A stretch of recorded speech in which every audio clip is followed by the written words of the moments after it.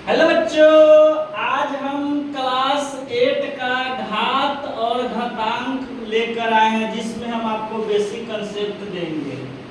पहला कंसेप्ट है x के पावर m गुना x के पावर n बराबर फॉर्मूला होता है x के पावर m प्लस a। इसका मतलब ये बात हुआ कि हम लोग जानते हैं गुना में पावर जोड़ते हैं, तो हम यहाँ पे पावर को जोड़ दिए हैं। ये पहला कंसेप्ट है। इस पे सवाल कैसे आएंगे, मान लीजिए 8 के पावर 2 गुने 8 के पावर 4 है, तो क्या करेंगे, जब बेस समान रहता है तो इस दोनों बेस में से एक लिख देते हैं। और यहाँ पे पावर 2 है और यहाँ पे पावर 4 है, तो हमें पता है कि गुना में पावर जुड़ता है, तो 2 प्लस 4 8 और 4 और 2 जोड़ेंगे 6। यही इसका आंसर हो गया 8 के पावर 6। या आपको मन करे तो 8 गुने 8 गुने 8 गुने 8 गुने 8 गुने 8, यानी कि इसको 6 बार गुना करके और जो आएगा लिख दीजिएगा, वही आंसर होगा। दूसरा कंसेप्ट है x के पावर m भागे x के पावर n बराबर होता है x के पावर m माइनस a। हम जानते हैं कि भाग में पावर घटता है, तो जो दो बेस है x के पावर m और x के पावर n, तो इसका फॉर्मूला हो जाएगा x के पावर m माइनस a। आइए इस पे आपको सवाल दिखा रहे हैं। मान लीजिए सवाल है y के पावर 6 भागे y के पावर 2, तो इसका आंसर हो जाएगा, भाग में पावर घटता है तो 6 माइनस 2, 6 माइनस 2 बराबर हो जाएगा 6 में से 2 गया 4। ये इसका आंसर आया। तीसरा सवाल है x के पावर n के m के पावर n, तो हम देखते हैं ये पावर है और इसके पावर है, तो पावर को हम क्या करते हैं, गुना कर देते हैं।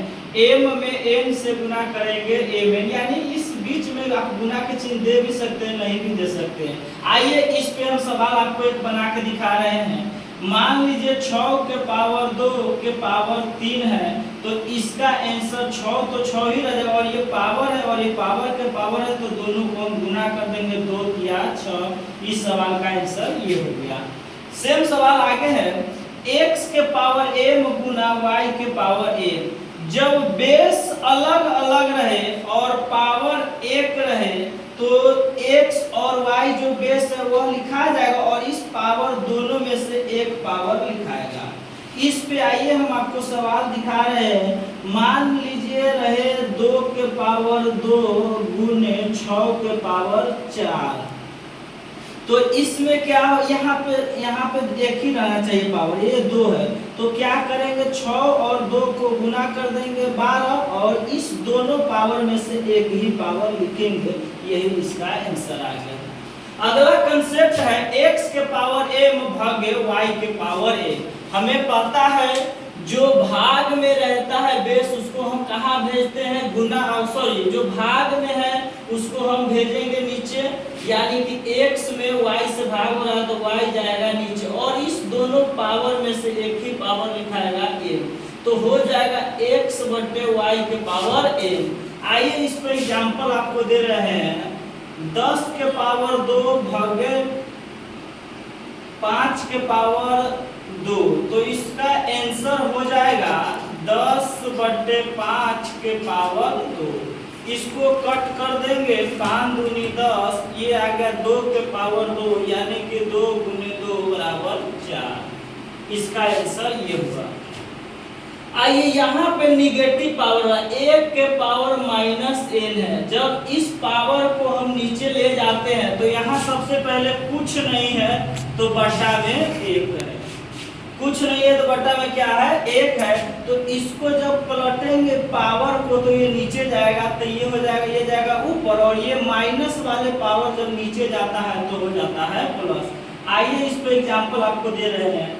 मान लीजिए 6 के पावर माइनस 2, इसको लिखना है तो नीचे कुछ नहीं है तो 1 है, पलटेंगे और ये नीचे माइनस में है, ऊपर जाएगा तो हो जाएगा प्लस। 1 बटा 6 का पावर 2, ये इसका आंसर आ जाएगा 36।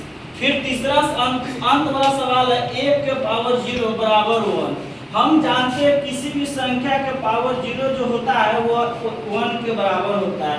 यहाँ पे एक सवाल ले लीजिए 6 के पावर 0, आपसे कोई पूछेगा क्या इसका आंसर होगा, तो ये मान लीजिए कोई आदमी कह दे 5000 के पावर 0 है, इसका आंसर कितना होगा, तो इसका भी आंसर 1 होगा।